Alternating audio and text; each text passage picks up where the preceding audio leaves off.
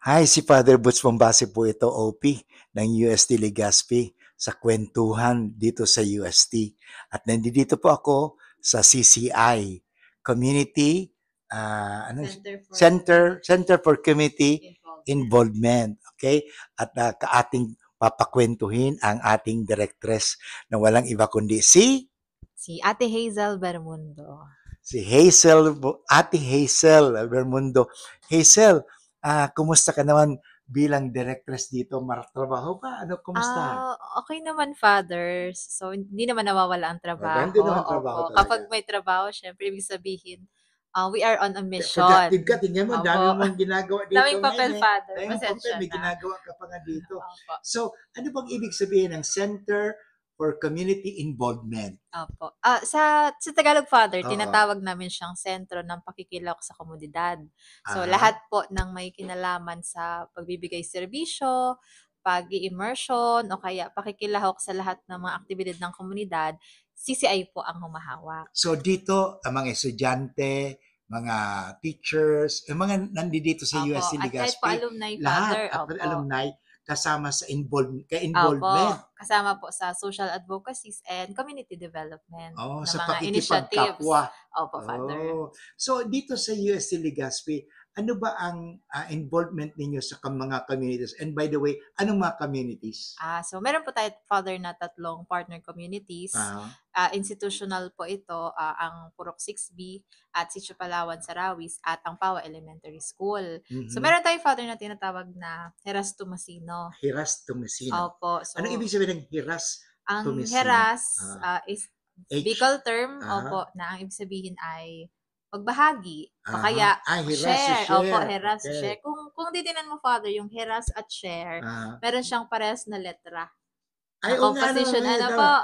Baliktarin mo. Opo, baliktarin mo. Heras at share, parehas po. Heras. Opo. So, bilang isang Tomasyan, po. So, ito yung ating Naghihiras programa. Opo. Nagbabahagi tayo. Bahagi. Oh, yes. Kung ano ang meron man sa universidad. So, hindi lang yung mga bagay, kundi yung mga impormasyon, mga teknolohiya. Yung heras, ano yun? Heras. Ano ibig sabihin? May meaning din po, Father, ang heras. So, meron, Father, sa very literal, H, health, or salud na tinatawag. Salud, okay. E po for education. Edukasyon. Adal naman po ito, Adal, Father. okay. Ano pa nga? R.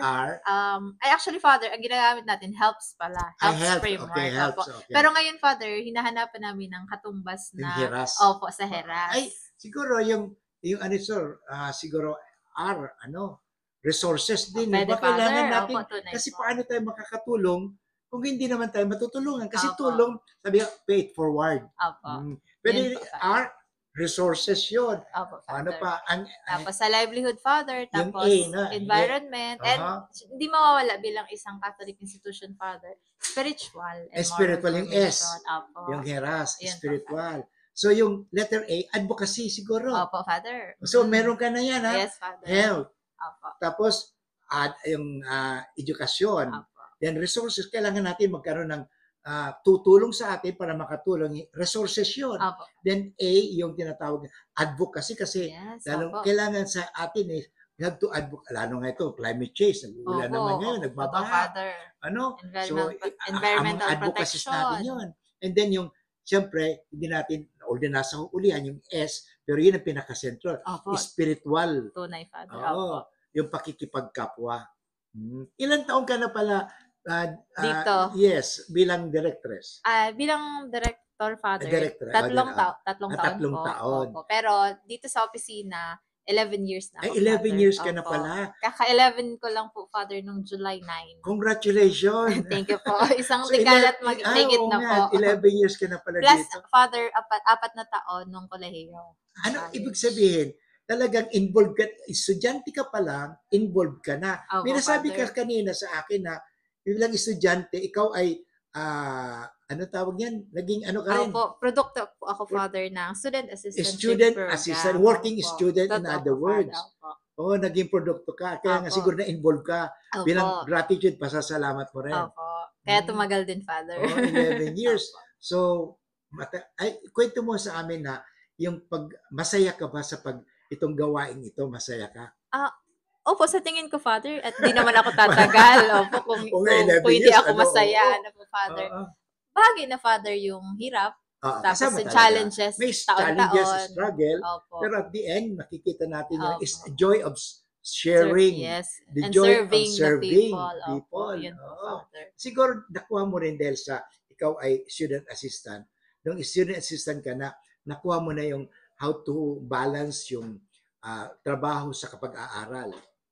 Noon, Father, pinilit ko talagang makatapos ng 4 na taon.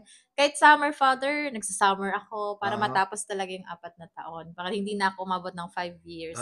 At kailangan ko na po kasi talaga magtrabaho para makatulong sa para pamilya. Makatulong sa pamilya.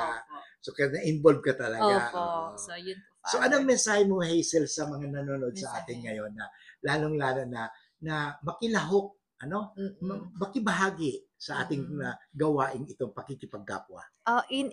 Inaanyayahan namin lahat ng mga estudyante, empleyado, maging alumni na makilahok, hindi lang dahil ito ay requirement, sana ma-instill sa atin yung isa sa mission natin bilang tao, bilang Katoliko na makipagkapwa. So ito yung mga simpleng pamamaraan lamang, yung pag-attend natin ng mga activities, mga simple lamang ito. Pero powerful siya, Father, para mas ma-instill sa atin yung value natin ng gratitude, ng service to the people. So ipagpatuloy natin ang paglilingkod at pakikibahagi sa mission ni Kristo. Totoo, Father. Thank you very much, Hazel, and God bless you and more power. Okay? Thank you. Thank you po. Okay.